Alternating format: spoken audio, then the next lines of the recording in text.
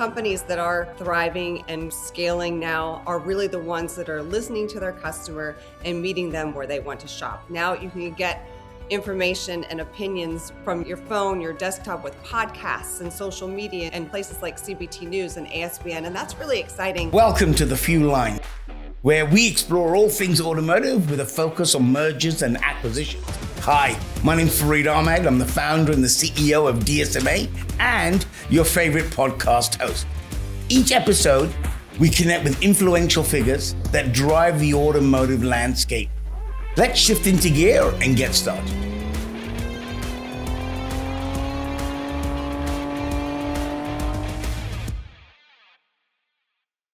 Welcome everybody to The Fuel Line. Today we've got an amazing lady to learn a bit about, and she's going to tell you a bit about her background. Her name is Bridget Fitzpatrick, and she's going to really share with us today a little bit of her experience helping small businesses in the automotive industry.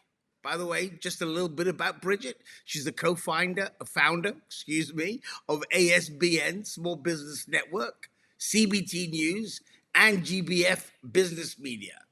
Bridget Fitzpatrick has been a key figure in the automotive multimedia space, providing insight, resources, and best practices to small businesses and automotive professionals.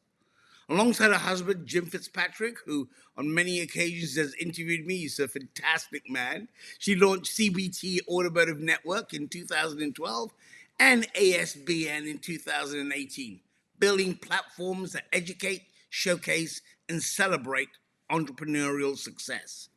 Bridget oversees newsroom operations, content strategy, corporate relations, and strategic planning, and can be seen hosting CBT News and the Female Founder Show, where she interviews successful entrepreneurs and industry leaders. She shares her life with her husband, 5 children, 5 grandchildren. You seem too young for grandchildren, and they enjoy travel together. Bridget, we're excited to have you with us today and to hear your insight. Welcome to the show. Thank you so much for having me. We now have 6 grandchildren. So. Wow! Yes. I can't wait for grandchildren, Bridget. My eldest son got married last year, and I'm paying him to have grandchildren. They are the best, so I can't wait to hear about it when you start having them. Well, Bridget, let's get into people getting to know a bit about Bridget. You've built a multi-platform supporting small businesses and automotive professionals. Can you share your journey into the automotive space and what inspired you to launch CBT Automotive Network and ASBN? Yes, I would be happy to share this story. It's a fun one to tell. So I started out in sales and marketing, working for Fortune 500 companies. And when I met my now husband, Jim Fitzpatrick, he was running Force Marketing, which his son now runs today. He started that back in 2004. Oh, wow. Jim did, yes. So we met, and for about 4 years while we were together, he kept talking about, wow, if there were only a platform for dealers to go to get information, news, analysis, and content to help them run their dealerships better. And he talked about it, and we would sit at the dining room table and the kitchen counter and just at nauseum talk about it. So one year for his birthday, I bought him the URL cbtnews.com, and I said, Did you really? Let's do this. Yes. Oh, cool. So that's how it all began. So we started, his son now is running Force Marketing. So is kind of behind us now. And Yes. John's doing a great job with that. But we started in 2012 with CBT with that exact concept in mind. We wanted to be a dealer first media platform, which at the time there really weren't any. There was Automotive News, which does a great job covering OEMs and dealer content. But we really kind of wanted to pick up where they left off and focus on solely the dealer and helping dealership principals and managers run their dealerships. So that's what we started out to do in 2012. And we have stayed steady with that message and that mission since then. And we're very proud of where we are today. Yeah, good for you. Very exciting. Yeah. As a leading female individual in the automotive industry, which is quite historically dominated by men, you must have faced challenges along the way. How have you navigated those challenges, Bridget? Absolutely. I think I experienced a lot more challenges early on when I was in a room, probably the only female, most times only the female. And there were a few individuals that didn't always take me seriously, but I realized as I showed up consistently and I showed up knowing what I'm talking about and improving that I belong there, which is unfortunate that I had to take the time to prove it, but I did. So I'm not seeing them as much anymore, but the way I handled them back then isn't how I would handle them now. I think I was a lot more passive aggressive when I was younger, and now I've just learned to, face challenges head on and deal with them, because a lot of times the individuals that might be making me feel that way, whether it is intentional or not, might not understand what they're doing. So I think it's an important message for females to know what they need to do to, you know, to make sure they're heard. But it's also important for men in our industry to understand that the perspectives of women are really important to have in the industry. I mean, 50% of the people buying cars today are women, or more than Yep, 50%. And I know they influence even more than that. So, yep. so it's really important to have female leadership and females in the dealership working to be able to help that cause. So true. So true. So, um, hosting the Female Founder Show, what stories about women in business and automotive excite you the most? What brings that smile to your face, Bridget? Well, on the small business side with ASBN, I have the female founder show, and the stories that I hear, and this is the majority of them, uh, where women see a need for something and they don't see it on the market, so they create it. I interviewed a young lady that started something called Lay and Go.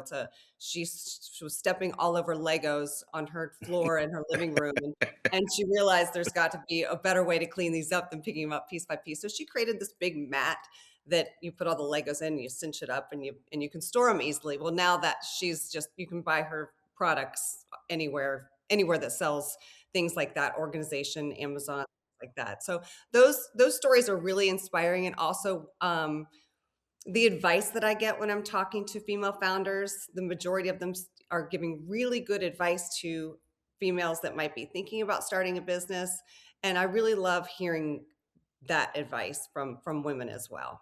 Good for you. Yeah. Let's change gears a little bit. You really sit at the intersection of media, entrepreneurship, and automotive. Based upon the multitude of conversations you've had with people in the industry, what do you think separates the businesses that merely survive from those that truly scale in today's market? And what's your take on that? Well, I think the ones that really survive, especially on the dealership side, are the ones that are meeting the customers where they are. We know that there's an evolving landscape of things for dealers to put their hands into, but really meeting the customer whether they want to go into the dealership, whether they want to use email, text, now social media is very important. So I think that the companies that are thriving and scaling now are really the ones that are listening to their customer and meeting them where they want to shop, whatever. Mm. Hmm. Well, you've worked a lot with CBT News and the Female Founding Show. Let me ask you, what leadership traits do you see emerging as the most critical for the next generation of automotive specialists and small business leaders in today's really global environment? That's a great question, because it's a difficult one for many. Leaders I think the most important thing is really learning how to manage different personalities, different generations.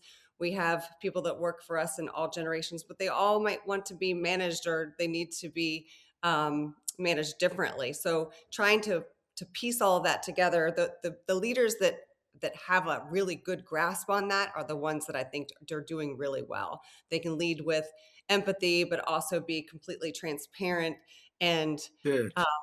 yes, exactly, and lead that way. I think that those are the ones that are really Yeah. not far off the ball. I've been speaking to a number of my dealer clients over the last couple of days, and I told them that I was going to have the pleasure of meeting with you, Bridget. And one actually asked me a very good question about really related to their business. With so much noise in today's digital landscape, How can a dealership, a small business, use storytelling and visibility to build trust, credibility, and long-term brand awareness? This is so important for any business, whether you're a small business or a dealership, to really tell your story. And I love that we do that every day on CBT News and ASBN. We invite companies like yours and dealers. We've had some of the top dealers on CBT News telling their story, from the Bergstroms to the Sarahs to Mike Maroney, Mike Jackson when he was with AutoNation, and now Mike. Right. So many that really get to tell the story of themselves and their company. And with ASBN, we tell a lot of small business stories, and I think it's so important. And with platforms like ours, but also on social media, there are so many places where you can really get content now with podcasting and social media and all of that, that it's really, really important to get that story out, because people are now doing business with people that they trust, not necessarily the company, but the Sure. mission behind the company and the people behind the company. Yes. So I'm going to ask you to look in your crystal ball for me, if you could. And let's maybe go down 5 years down the road from here. And let's talk about the evolution of the technology that's being developed. The digital retailing technology is also having a vast impact on our businesses. How do you see it really reshaping selling vehicles, servicing, and the customer engagement? This is a great question too, because it can go hand in hand with dealerships as well as small businesses. And it goes back to meeting the customer where they are. But also, what we're seeing so much now is AI and all of the tools that we can use to really master delivering the best product or service to the customer with these new tools that are out. We really owe it to our customers, and we owe it to our partners to go that direction and learn as much as we possibly can, because if we don't, we're going to be left behind. Yes. Yeah, technology is it's warp speed today, isn't it? It It's is. It quite, is. and I'm sure going to the NADA next week for both of us, that's one of the things that I'm sure will be quite glaring is the development of new technology coming up. Yes, I love it. We're having a lot of conversations on CBT News about AI. We're going to be having a lot more at NADA. So it's really an exciting time to be leading a company Right, with AI and all the new technologies that right. are Well, I making. know that a lot of major manufacturers, dealer principals, large dealer groups rely on ASBN and CBT News. And I'm sure they give you suggestions of what would be talking points that they feel are very relevant in the dealer space today. Could you share with us what you consider some of those top discussion points? Sure. The pain points over the past year have, there's been a lot of talk about tariffs and the EV situation, now that the credits have been lifted and manufacturers have lightened up. Now it's real. We're really going to see where EVs are going to take us by, with a natural market as opposed to a forced market. So I think that's one of the things I'm excited about on CBT, as well as some of the guests that we are planning for in 2026 that are coming on, more leaders in on the dealership side, of course, and on the vendor side. Yes. Look, you and your husband have done a fantastic job growing this amazing venture to the heights that you guys have reached to. But I'd really like to switch to the M&A world for just one or two questions, if you don't mind. Don't mind. Um, let's talk about alignment, strong leadership, and working with the right strategic partners such as DSMA. Well, Why would somebody do that, I suppose? I think it all comes back to really what we've been talking about with every one of these questions, is trust and meeting the customer where they are. And I know DSMA does that very well. It's a very competitive space where you are. Very. So I think getting on and telling your story on CBT like you do frequently is really important. And then the partnership between CBT and DSMA has been wonderful throughout the Yes, years. it has. Enjoy your team and speaking with you like we do. I know Jim has a lot of fun talking with you about Yes, I do. what's going on in the M&A world. So we really appreciate the partnership, and we're looking forward to 2026 and what we're going to be doing together. Yeah. So let's look at a little bit about 2026. And again, I'm going to ask you to look at your crystal ball. What trends and opportunities do you see for dealers in this upcoming year? Oh gosh. So we need to have this conversation after NAD. I can't wait, like I said, to go out there and hear about all of the new products that are coming out, specifically with AI and digital retailing. I think 2026 is going to be a game changer when it comes to efficiencies at the dealership, including that will have to do with what AI tools are coming out. Yeah. Yeah. My last question, I promise, Bridget.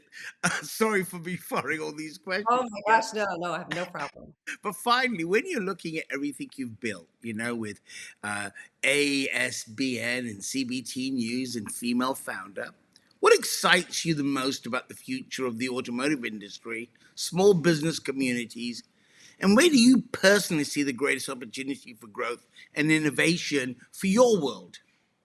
You know what's really exciting about media right now is that there are so many areas that's more on the digital side and less about legacy media, less about turning on your TV and watching the news. That now you can get information and opinions really from your phone, your desktop with podcasts and social media and so many and places like CBT News and ASBN. And that's really exciting because like we talked about, we're at a warp speed right now with getting information, and it's so important to get it as quickly as we can, or we will be left behind. So I'm really excited about where media is going in that direction.